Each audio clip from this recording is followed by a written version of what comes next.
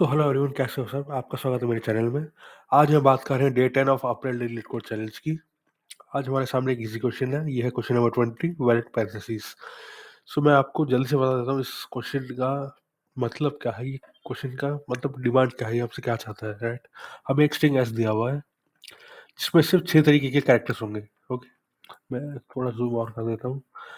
तो इसमें 6 तरीके के सिर्फ कैरेक्टर्स होने वाले हैं। ये है एक जो ओपनिंग सर्कुलर ब्रैकेट्स होंगे, ये कर्ली ब्रैकेट्स होंगे और ये स्क्वायर ब्रैकेट्स होने वाले हैं। ओके, ओपनिंग एंड क्लोजिंग दोनों के। ओके, सो हमें डिटरमाइन करना है कि जो हमें स्ट्रिंग मिला है जिसमें सिर्फ 6 तरीके के कैरेक्टर्स होने वाले हैं, क्या वो एक वैलिड स्ट्रिंग है कि नहीं। ओके, सो वैलिड की इसमें कुछ डेफिनेशन दी गई है, 3 डेफिनेशंस हैं। आपको जल्दी से दिखा देता हूँ कि open bracket must be closed by the same type of brackets, यानी कि अगर ये जैसे ओपन हो रहा है तो क्लोज सिर्फ इसी से होना चाहिए, इसी से। ओके, किसी और तरीके से, फॉर एग्जांपल ये ओपन हो रहा है पर क्लोज इससे हो रहा है तो ये वैलिड नहीं होने वाला। ठीक है, इस पहले स्टेटमेंट का मतलब ये हो गया। ओके, अब आ जाते हैं दूसरे स्टेटमेंट पे।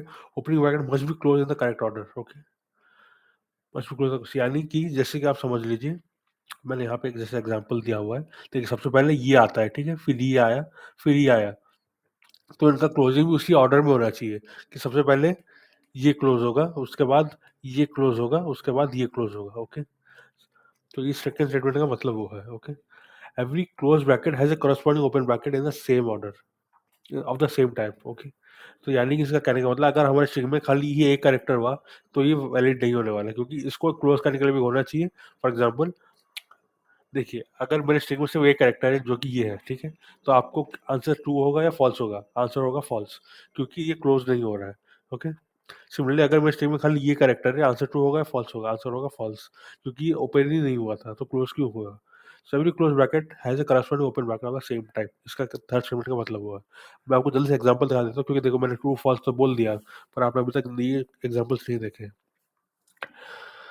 तो ये हो गया, देखो ये ओपन हो रहा है, ये क्लोज हो जा रहा है। ठीक है, इस केस में स्ट्रिंग मेरा वैलिड होने वाला है। ओके, इसको ओपन भी हो रहा है और ये क्लोज भी हो रहा है, राइट? तो मैं आंसर रिटर्न कर रहा हूँ ट्रू। इस केस में देखिए, ये ओपन हो रहा है, ये क्लोज हो गया, ठीक है, इसका केस खत्म। ये ओपन हो गया, ये क्लोज हो गया, इसका भी ठीक है सब कुछ। ये ओपन हो रहा है, क्लोज हो रहा है, इसमें भी सब कुछ ठीक है, दैट्स व्हाई आंसर ट्रू होने वाला है। ओके, फाइनल केस में आ जाते हैं। ये ओपन हो रहा है प्लस क्लोज किसी और तरीके से हो रहा है, राइट? क्लोज दूसरे तरीके के ब्रैकेट से हो रहा है, तो ये फेयर नहीं है, ये वाली स्ट्रिंग नहीं होने वाला, आंसर है फॉल्स। ओके, तो मैं आपको एक हिंट दे देता हूँ। देखो, इस टाइप के क्वेश्चन जब भी आते हैं आपको सॉल्व करना होता है स्टैक से। स्टैक से मैं क्यों कहता हूँ, देखो स्टैक का मतलब होता है जब हमें सिर्फ टॉप मोस्ट एलिमेंट से लेना हो, यानी कि सबसे रिसेंट जो एलिमेंट हमने देखा उससे लेना देना हो, तब हम स्टैक यूज करते हैं।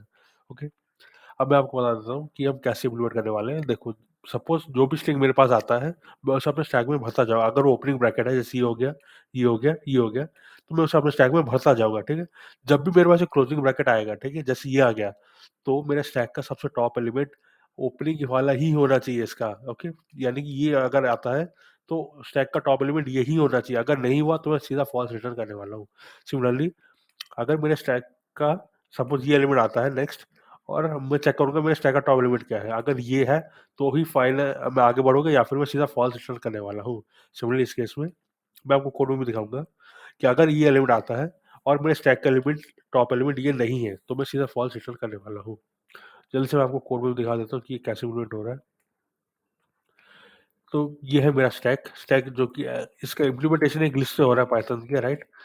मैं इसमें पहले से ही स्ट्रिंग का पहला एलिमेंट डाल रहा हूँ। ओके, जो कि जीरो इंडेक्स है, मैंने वो पहले ही इसमें डाला हुआ है। अब मैं जो ये फॉलो रन कर रहा हूँ, आई होगा characters starting from index one till the last character. Okay, remember कि जो इंडेक्स वन है, रिमेंबर वही से होगा। ठीक है, मैंने जीरो कैरेक्टर पहले ही इसमें डाला हुआ है, राइट? तो मैं फिर से जीरो नहीं डालने वाला हूँ, मैं फर्स्ट इंडेक्स से लास्ट इंडेक्स तक डालने वाला हूँ। सो आई होंगे वो कैरेक्टर्स इंडेक्स वन से लेकर इंडेक्स लास्ट तक। ओके, लास्ट इंडेक्स तक।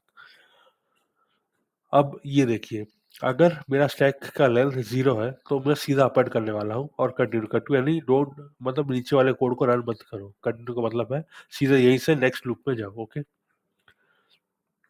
अब ये सब वही है जो मैंने आपको पहले कहा था। अगर मुझे क्लोजिंग ब्रैकेट दिखता है तो मैं चेक करूंगा कि स्टैक का लास्ट एलिमेंट, देखो स्टैक ऑफ मैनेजमेंट पाइथन का मतलब, इसमें पाइथन जब हम करते हैं इसका मतलब होता है लास्ट एलिमेंट। ओके, मैनेजमेंट यानी लास्ट एलिमेंट।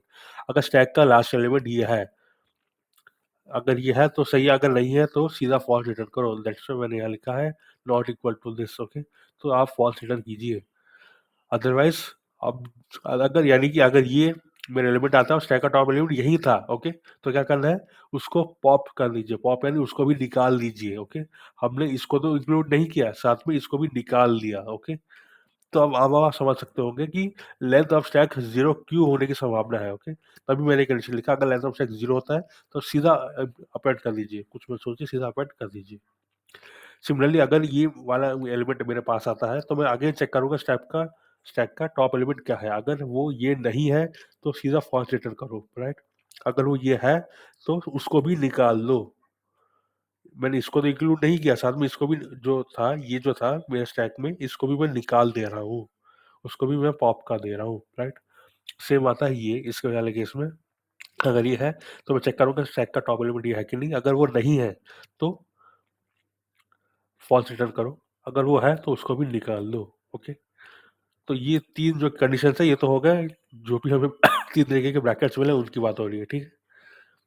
इसके अलावा ये तो हो गया जो मेरा स्टैक एम्प्टी था। अगर अब ये एक और केस आ जाता है कि देखो, जिसमें ये ओपनिंग ब्रैकेट सपोज मेरा पहले आ गया, फिर ये स्क्वायर ब्रैकेट आ गया, फिर से ये ओपन कर ये जो सर्कुलर ओपन ब्रैकेट ये आ गया। अब सपोज एक और ओपन ब्रैकेट आ रहा है, तब मुझे क्या करना है उस केस के लिए। मैं यहाँ पे एक एल्स कंडीशन सेपरेटली लिख रहा हूँ, इसमें मैं डायरेक्टली अपेंड कर रहा हूँ, ठीक है। देखो ये भी डायरेक्टली अपेंड हो रहा है, यहाँ पे भी डायरेक्टली अपेंड हो रहा है, बट डिफरेंस ये है कि इसमें मैं चेक कर दे रहा हूँ लेंथ ऑफ स्टैक 0 है कि नहीं, ओके। अगर 0 है तो खाली अपेंड ही करना है, क्योंकि देखो यहाँ पे मैं -1 चेक कर रहा हूँ, ठीक है। अगर स्टैक ही एम्प्टी होगा तो उसका -1 कहाँ से आएगा, इसीलिए मैं ये पहले ही कर दे रहा हूँ और फिर मैं डायरेक्ट कंटिन्यू करूँगा, यानी कि नीचे वाले कोड इम्प्लीमेंट ही नहीं होंगे, ठीक है। क्योंकि मुझे स्टैक का लास्ट एलिमेंट चेक करना है, ठीक है। अगर स्टैक में लास्ट एलिमेंट है ही नहीं तो एरर आएगा ना, इसलिए मैंने ये कंटिन्यू लिखा हुआ है यहाँ पे, राइट। और फाइनली देखो, जैसे कि मैंने आपको एक एच केस कहा था कि सपोज मेरे स्टैक में ये एक ही स्ट्रिंग है, राइट। ये एक ही स्ट्रिंग है, सपोज ये एक ही है, इसका क्लोजिंग वाला है ही नहीं, तो भी बेस्ड ऑन दिस जो आपको मिला है उसके हिसाब से ये गलत हो रहा है, राइट। ये वैलिड नहीं हो रहा है, तो इसलिए मैं फाइनली चेक करता हूँ कि क्या मेरा लेंथ ऑफ स्टैक 0 हो रहा है कि नहीं। अब तक आप समझ गए होंगे, जब भी ये एक आता है ये अपने करस्पॉन्डिंग वाले को कैंसिल कर रहा है, करस्पॉन्डिंग ओपनिंग वाले को कैंसिल कर रहा है, ठीक है। जब भी आ रहा है ये अपने करस्पॉन्डिंग ओपन वाले को कैंसिल कर रहा है, क्योंकि मैं उसे पॉप कर रहा हूँ, राइट। मैं स्टैक से उसका लास्ट एलिमेंट हटा रहा हूँ जब भी ये आ रहा है, ठीक है। जब भी आ रहा है ये अपने कॉरस्पॉन्डिंग वाले को कैंसिल कर रहा है, राइट। सिमिलरली अगर लेंथ ऑफ स्टैक 0 नहीं होता है, दैट मीन्स वो पूरी तरीके से कैंसिल हुआ ही नहीं है, दैट मीन्स ये करेक्ट ऑर्डर में है ही नहीं, इसलिए वो वैलिड स्ट्रिंग होगा ही नहीं। तो मैं फाइनली रिटर्न कर रहा हूँ क्या लेंथ ऑफ स्टैक 0 है। अगर है तो ट्रू रिटर्न होगा, नहीं तो फॉल्स रिटर्न हो रहा है। तो ये एक बहुत ही सिंपल एग्जांपल था स्टैक का, इसे डायरेक्ट इम्प्लीमेंटेशन ऑफ स्टैक है। ऐसी चीजें आप सबको देखो, अगर एक आप इंटरव्यू में जाते हो, बहुत ही बेसिक लेवल का इंटरव्यू होने वाला है। ये देखो, आपको सबसे पहले पूछा जाएगा कि आप स्टैक से फ़ैमिलियर हो, उसकी प्रॉपर्टीज़ क्या है? फाइनली वो आपको ऐसा क्वेश्चन देंगे, जिसमें कि आपको इम्प्लीमेंट करके दिखाना होगा कि स्टैक कैसे काम करता है। मैंने यहाँ पे देखो, ये आप बिगिनर फ्रेंडली होने के लिए मैंने ये डायरेक्टली इम्प्लीमेंट किया हुआ है, जैसे स्टैक का मैनेजमेंट, ये हो गया उसका पॉप ऑपरेशन। बट आप चाहें तो इसको इनबिल्ट डेटा स्ट्रक्चर होता है, जैसे डीक्यू होगा, वो सब भी आप इम्प्लीमेंट कर सकते हो और आप उनको डायरेक्टली बता सकते हो कि ये पॉप ऑपरेशन हो रहा है, ये पुश ऑपरेशन हो रहा है, आप उनको डायरेक्टली बता सकते हो, राइट? ये था आज के क्वेश्चन के लिए। आपको कोई भी डाउट होता है प्लीज़ कमेंट सेक्शन में ज़रूर डिस्कस कीजिए मेरे साथ। और बस हाँ, आज के लिए इतना ही। धन्यवाद।